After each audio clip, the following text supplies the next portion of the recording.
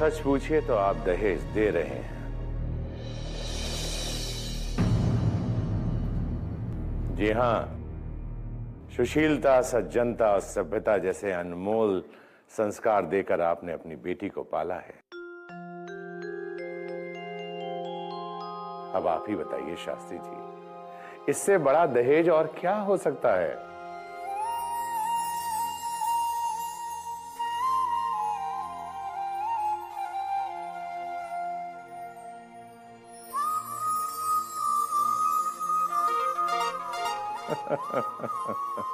शास्त्री जी, आप कन्यादान करने जा रहे हैं, उससे बड़ा दान कुछ हो सकता है क्या? आप बस एक जोड़े में अपनी बेटी को विदा कर दीजिए। शास्त्री जी, आप जैसे पंडित की बेटी हमारे घर की लक्ष्मी बने, ये तो हमारे लिए सौभाग्य की बात है। हमें तो नाज है कि हमारे देव ने आपकी बेटी विशाखा को चुना है।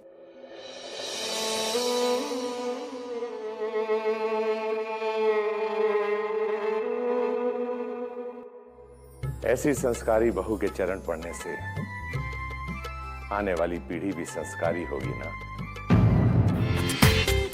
पूरा एपिसोड देखिए ZEE5 पर।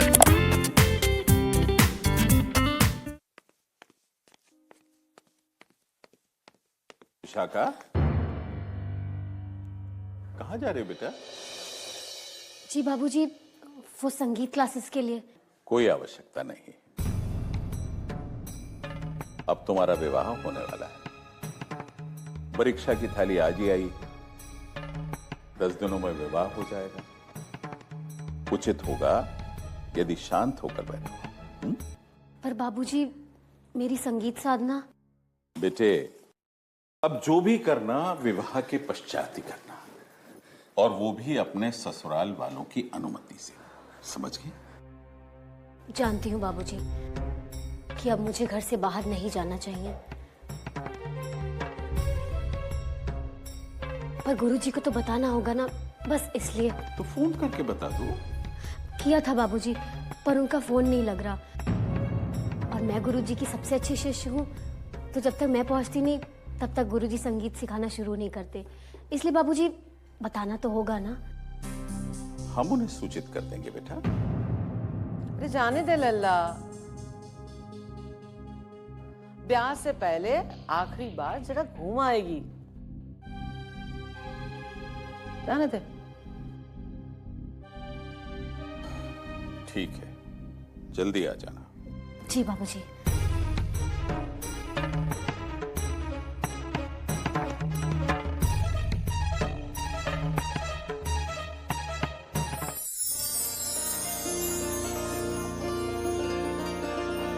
ये देख, ये हमारा खानदानी कंगन है। मैं ये विशाखा के पास ले जा रही हूँ ताकि उसके हाथ का नाप ले सकूं। अगर छोटा बड़ा करवाना पड़े तो। अरे दादी, तो फिर हम यहाँ क्या कर रहे हैं? चलिए ना। है? रुक रुक रुक, तू कहाँ जा रहा है? हाँ? अभी तो कह रहा था विशाखा से नहीं मिलना है। दादी, वो तो मैं मजाक कर रहा था। भला अपनी ड्रीम गर्ल को देखने का मैं कोई भी चांस मिस कर सकता हूँ? दिखा दिया ना अपना असली रूप। तो सुन, शादी से पहले उसे देखना तो दूर, उसकी नाक तक नहीं दिखेगी तुझे, समझा? अच्छा दादी, ओके। लेकिन दादी, मैं आप लोगों के साथ वहां तक चल तो सकता हूँ ना? मैं उनके घर से 50 मीटर दूर रहूंगा। हाँ। प्लीज दादी। लेकिन अगर कोई ताक झाक की ना तो देख लेना। हाँ ओके दादी, नो ताक एंड नो झाक। लेकिन दादी प्लीज प्लीज दादी, सिर्फ एक बार मुझे उसके हाथ दिखा देना। दादी, मैं देखना चाहता हूँ कि खानदानी कंगन उसके हाथ में कैसे लगेंगे। दादी,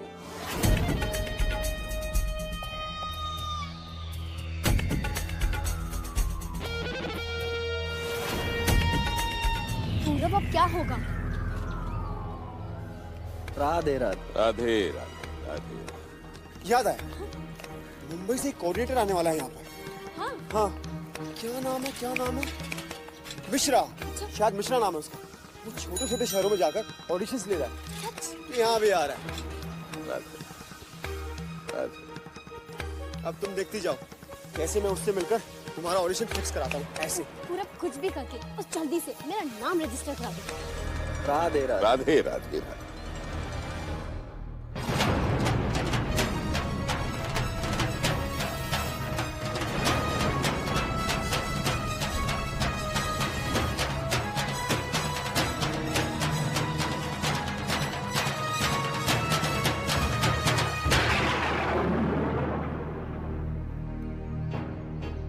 विशाखा!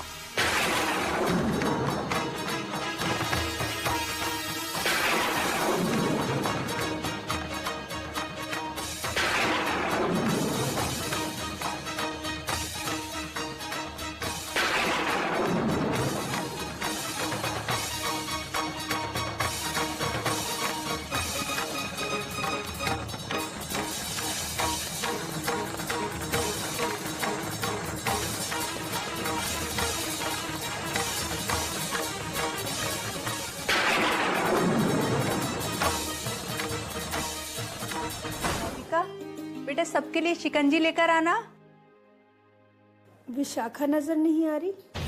जी माफ कीजिए, वो घर पर नहीं है, अब बस आती ही होगी। कोई बात नहीं, उसे शायद ध्यान नहीं होगा कि मैं आने वाली हूँ। जी जरूरी काम आ गया था इसलिए जाना पड़ा, बस आती ही होगी। बिच्छू। जी।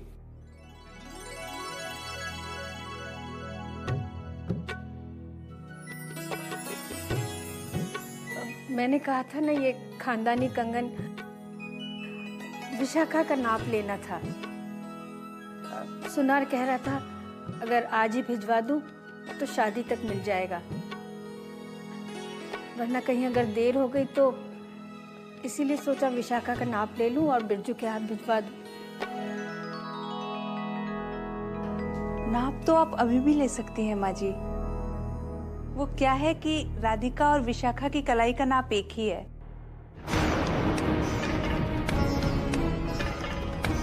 तो आप चाहें तो राधिका के हाथ का नाप लेके बिरजू के हाथ भिजवा सकती हैं।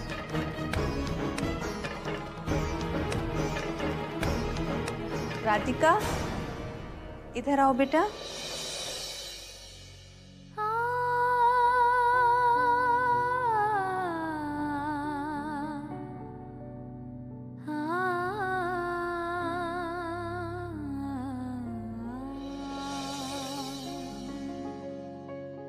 आ बेटा बैठ।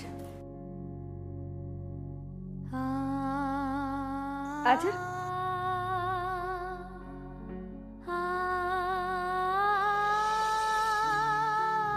हाथ दे।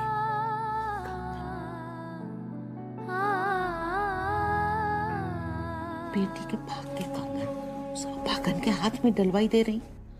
अरे उनकी तो परछाई तक नहीं पड़नी चाहिए ब्याह की रीत रस्म पर। जानती हो तुम?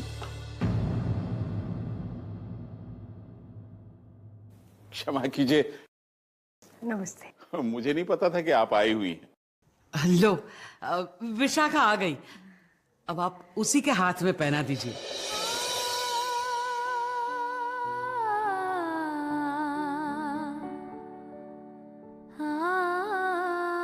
ला मुझे दिखा।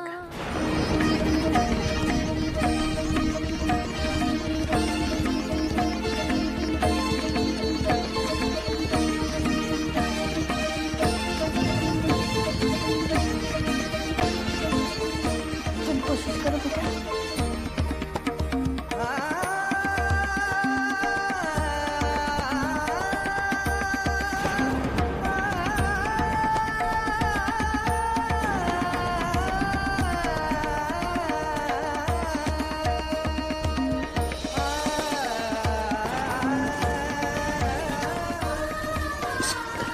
हाथ लगने से कैसा अपशगुन हुआ है।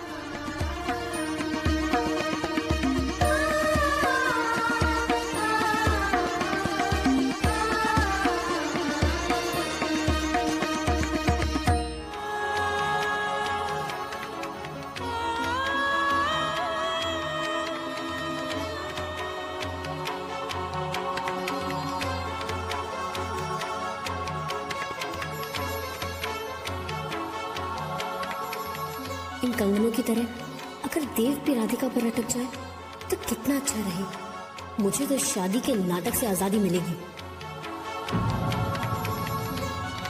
आग लगे वो दिन पे जय दिन लल्ला इस अपागन को मंदिर से घर में ले आया। हर काज बिगाड़े है छोरी। आप लोग कंगन को लेके परेशान मत होइए। मैं अपनी छोटी बहू के लिए ना इससे भी अच्छे कंगन बनवा दूंगी, ठीक है?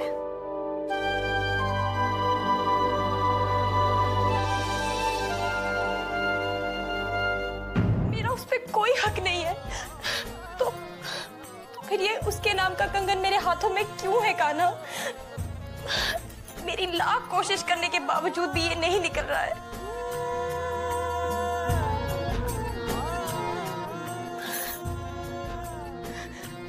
मुझसे ये बोझ नहीं उठाया जाता कान्हा, नहीं उठाया जाता। अब तुम ही मेरी मदद करो, मदद करो कान्हा।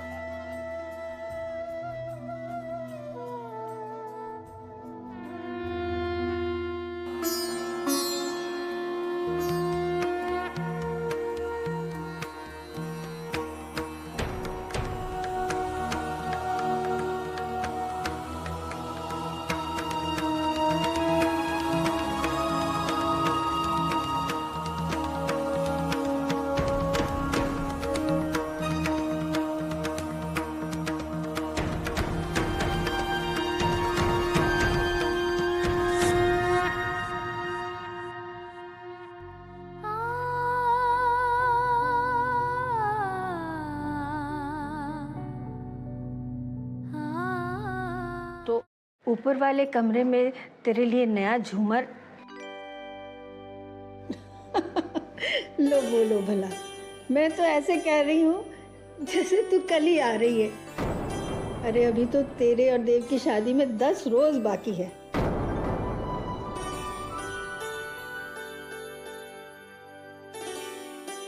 दादी माँ, कंगन निकल आए। बेटा चाहे तो तू रख ले, ये तो तेरे ही नाप के हैं। और शगुन के कंगन हाथ में फंसने का मतलब पता है? इसका मतलब तेरे हाथ भी जल्दी पीले हो जाएंगे।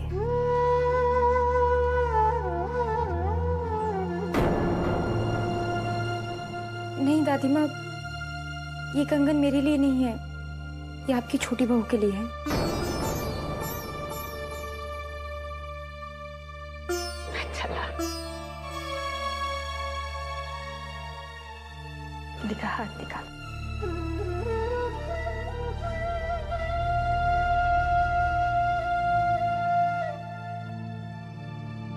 अब क्या, पहले तो पहना डाले उस करमजली को। धीरे बोलिए अम्मा जी, वो लोग क्या सोचेंगे? तुमने मेरी लाज रख दी कान्हा। आपने सही कहा था, दोनों के हाथ का नाप एक ही है। बेटा ये कंगन तुझे शादी में पहनना है। आखिर बताओ तो सही कि हुआ क्या है? हुआ क्या? हुआ तो कुछ भी नहीं है। देखो इसे, देखो और बताओ मुझे, इसमें से एक भी ऐसा गहना है जो खानदानी खजाने का हो? छोटी बहू को पहनाए जा रहे हैं खानदानी कंगन और मुझे ये डायमंड मार्केट ज्वेलरी। बताओ मुझे, इस घर में एक भी ऐसी चीज है, एक भी ऐसी चीज जिस पर सिर्फ इस घर की बड़ी बहू का हक और किसी का नहीं? एक भी नहीं। कहने को तो मैं इस घर की बड़ी बहू, सालों तक इस परिवार की सेवा की है मैंने, लेकिन तुम्हारे परिवार वाले मुझे किसी काबिल नहीं समझते। क्यों विवेक? जवाब दो मुझे। ऐसे चुप क्यों बैठे हो जैसे तुम्हें वजह नहीं पता? मैं बताती हूँ तुम्हें वजह। वजह यह है कि मैं आज तक इस खानदान को इसका वारिस नहीं दे सकी। लेकिन इसमें किसका दोष? मेरा या तुम्हारा? शादी के फौरन बाद तुम्हारा एक्सीडेंट हो गया। क्या ये मेरी गलती थी? नहीं। एक्सीडेंट में तुम्हें पैरालिसिस हो गया, क्या ये मेरी गलती थी? नहीं। अच्छा, तुम मुझे नहीं दे सकते तो तुम्हारे परिवार वाले तुम्हारा कसूर क्यों नहीं मानते? खैर, तुम्हारे परिवार वाले तुम्हारा कसूर तो मानेंगे नहीं। छोटी बहू को खानदानी कंगन पहनाए जा रहे, पहनाए भी जाएंगे। आखिर वो इस खानदान को इसका वारिस जो देने वाली, वारिस तो आएगा ही, क्योंकि देव तुम्हारी तरह अपाहिज नहीं है। कसूर तुम्हारा है, दोषी तुम हो। मृणालिनी, मृणालिनी सुनो, मृणालिनी मेरी बात सुनो, मृणालिनी, मृणालिनी, मृणालिनी, मृणालिनी सुनो, मेरी बात तो सुनो, सुनो तो, मृणालिनी, मृणालिनी सुनो, मृणालिनी सुनो, तुम खाम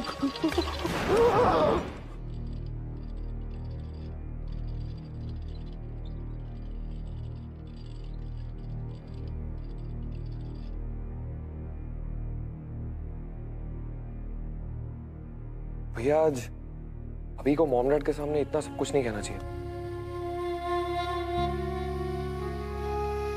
सच ही तो कहा उसने। उसने कितना कुछ किया है मेरे लिए। मेरे एक्सीडेंट के बाद भी उसने मेरा साथ निभाया है। पर भैया उसमें मृणालिनी की कोई गलती नहीं थी। मेरे अपाहिज होने के बाद भी उसने मेरा साथ निभाया है। मैंने उसी की जिंदगी को बर्बाद कर दिया। मैं बोझ हूं उस पर क्या? मैं तुम सब पर बोझ हूं। भैया प्लीज, आज के बाद आप ऐसी बात मत कहना। क्या भाई कभी किसी पे बोझ हो सकता है? और वैसे भी आप तो दुनिया के सबसे अच्छे भाई हैं। भैया हम सब आपसे बहुत प्यार करते हैं भैया।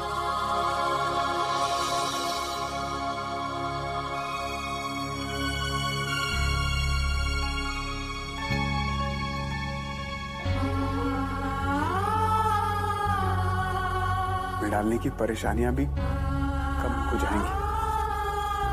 एक बार छोटी बहू इस घर में आ जाए तो मृणालिनी की जिम्मेदारी कम होगी। खूब काम करवाना तो छोटी बहू से, समझा?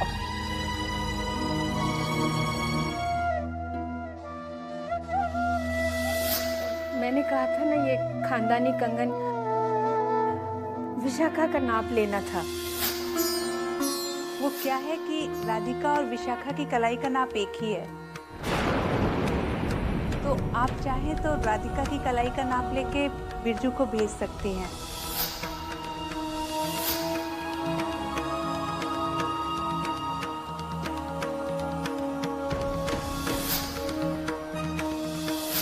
लो, विशाखा आ गई। अब आप उसी के हाथ में पहना दीजिए।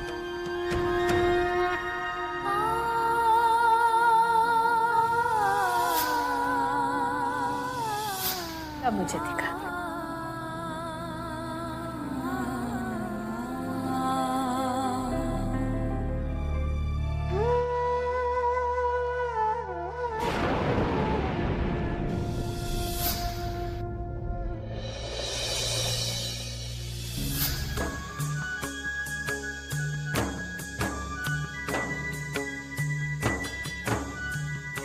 ऐसा लगता है जैसे ये कंगन तो तुम्हारे लिए बना।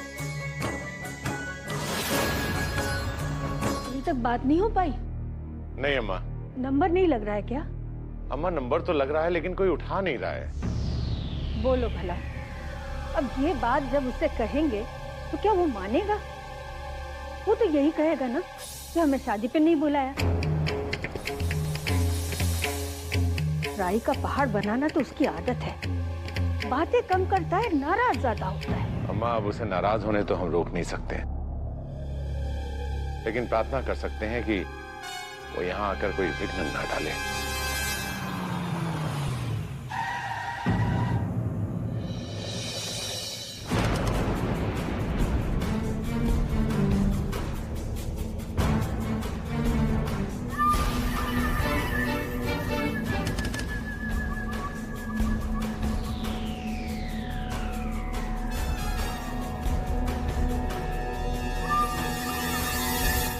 हमें बताए बगैर ही शगुन भी कर लिया क्या? हमसे पूछे बिना शादी का दिन भी तय हो गया। मतलब तो यही है ना, हमारी तो कोई हैसियत ही नहीं रह गई अब इस परिवार में। राम चाची माँ। खुश रहो। देखा चाची माँ आपने, पराया तो समझते ही थे, अब तो खुलकर जतलाना भी शुरू कर दिया है। नहीं सुशील, ऐसी कोई बात नहीं है बेटा। तुझे कौन पराया समझ रहा है? सही ना कहते हैं हम, हमरे तो बस बंसी बजैया, बाकी सब पराए।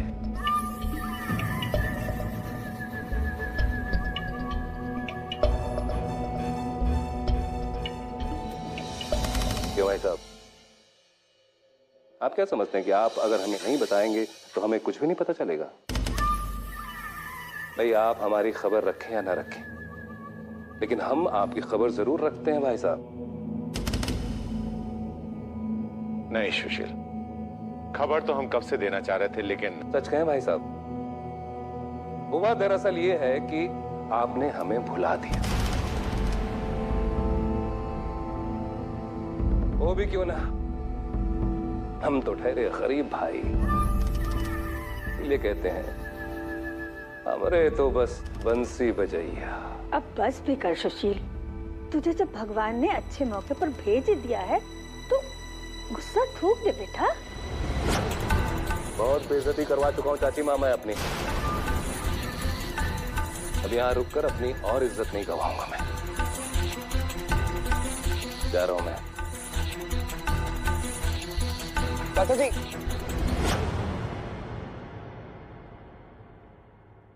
इज्जत तो हमारी बढ़ेगी चाचा जी, अगर आप इस शादी में शामिल होंगे, मेरे सर पर हाथ रखेंगे, अपनी बहू को आशीर्वाद देंगे ना?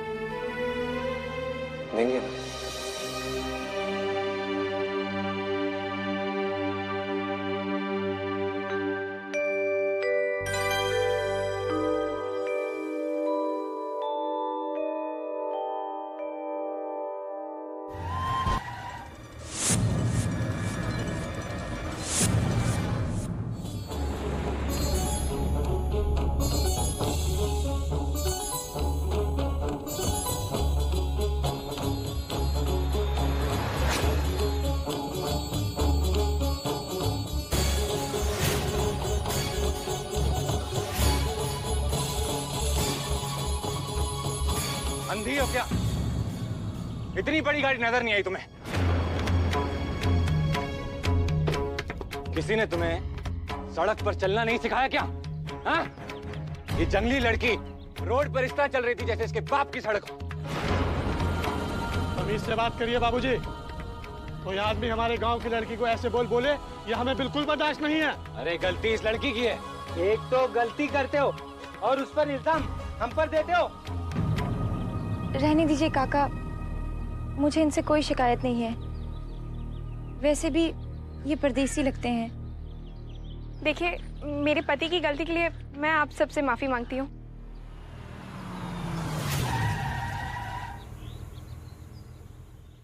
बीचू तो अर्जुन भैया। इन छोटे लोगों का काम ही क्या होता है? जहाँ बड़ा आदमी देगा वहाँ पैसा मांगना शुरू करते हैं। बस बाबू बस, बहुत हो गया। क्या हुआ अर्जुन भैया? भाभी? अरे कुछ नहीं देव, ये गवार लोग एक तो मेरी गाड़ी को मार दिया, ऊपर से लड़ाई कर रहे हैं। गवार क्या? अरे भैया रहने दो भैया। हमें मालूम नहीं है कि आप नशे में हो और हमारी पवित्र धरती को आप पवित्र कर रहे हो और लोगों को परेशान कर रहे हो। अरे हमारे बच्चों को कुछ हो जाता तो? जाने दीजिए काका, वो मेरे बड़े भाई बाहर से आए, अपना बच्चा समझकर माफ कर दीजिए। अरे हम कौन होते हैं माफ करने वाले बेटवा? माफी तो वही दे सकती है जिसकी अभी मैंने अपना डिजाइनर आउटफिट मंगवाया है दिल्ली से, 1-2 दिन में आ जाएगा, तब देख लेना। क्या बात है, आप ठीक कह रही हैं जीजी। मैं भी अपनी सारी खरीदारी ना दिल्ली से ही करती हूँ। मेरा भी वो टीसा और टीटी वहीं से लाने वाले हैं। ये डिजाइनर आउटफिट, डी-सा-ओ डिजाइनर डी रहने दो, तुम नहीं समझोगी। तो हमें समझा दीजिए भाभी जी।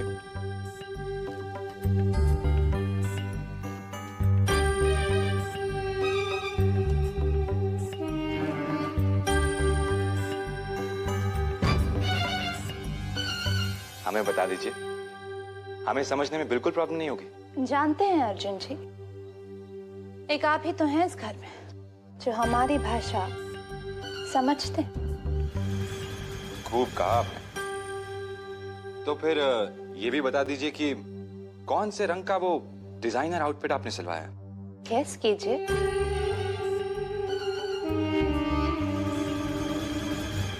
ब्लू। वो क्या है ना, ब्लू आप पर सजेगा बहुत, और मेरा भी फेवरेट है।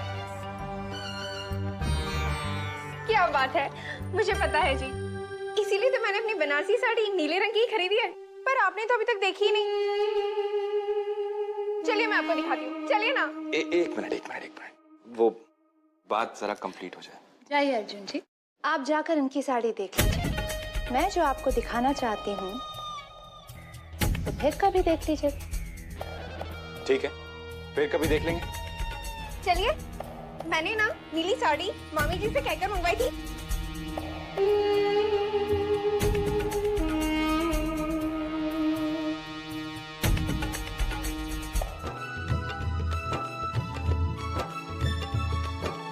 अरे भैया जरा किसी को बुला दीजिएगा। जी।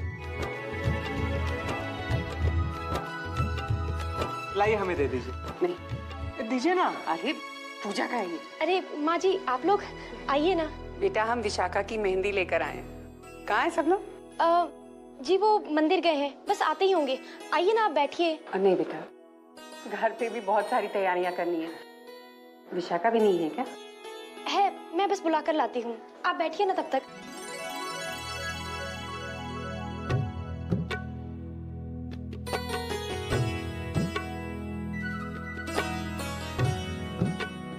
नमस्ते भाभी, हम बिरजू।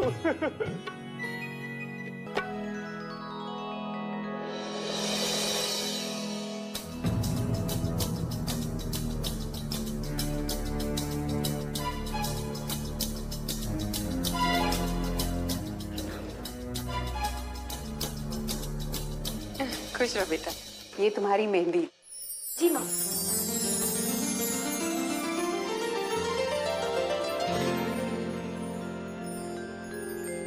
अच्छा तो अब हम चलें? पर ऐसे कैसे, बिना कुछ खाए पिए? आप बैठिए ना, मैं आपके लिए शिकंजी बनाती हूँ। तुम्हारे हाथ की शिकंजी चलो उधार रहा, पर अभी तो जाना पड़ेगा। बहुत सारी तैयारियां करनी है। वैसे तुम्हारे यहाँ मेहंदी की चौकी सज गई है? जी वो तो माँ ने सुबह से सजाई है, आप देखेंगे? जरूर, चल। जी चलिए।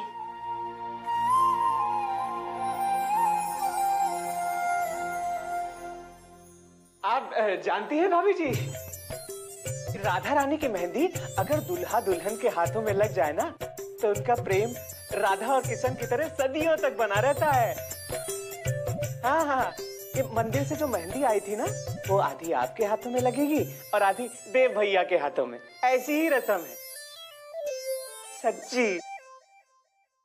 ये रस्में बताकर मेरा टाइम वेस्ट मत करो। मेहंदी दे दी ना, बस काफी है। और अगर मुझे मेहंदी के पीछे की स्टोरी जाननी होगी तो वो मैं बाद में जान लूंगी।